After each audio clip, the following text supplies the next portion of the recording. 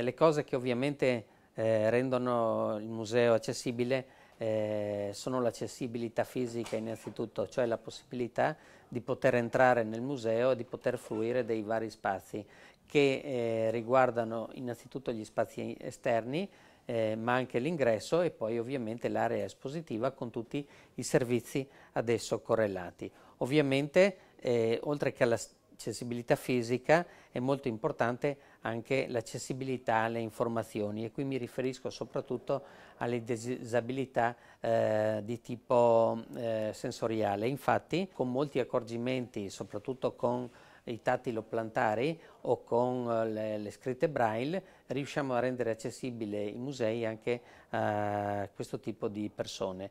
Ovviamente è molto importante anche usare una comunicazione accessibile, e qui mi riferisco alle disabilità di tipo cognitivo.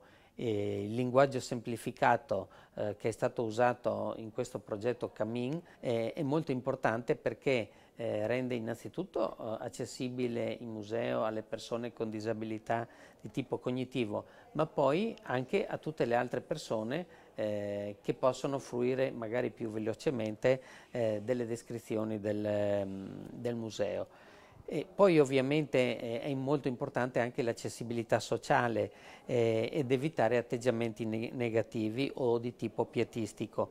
E qui è molto importante usare un linguaggio appropriato, che vuol dire chiamare le persone disabili con un corretto nome.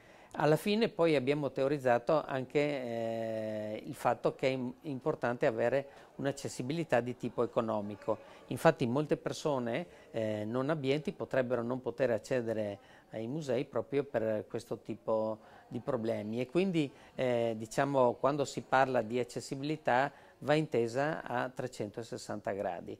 Come noi diciamo sempre, un museo maggiormente accessibile alle persone disabili è accessibile a tutti.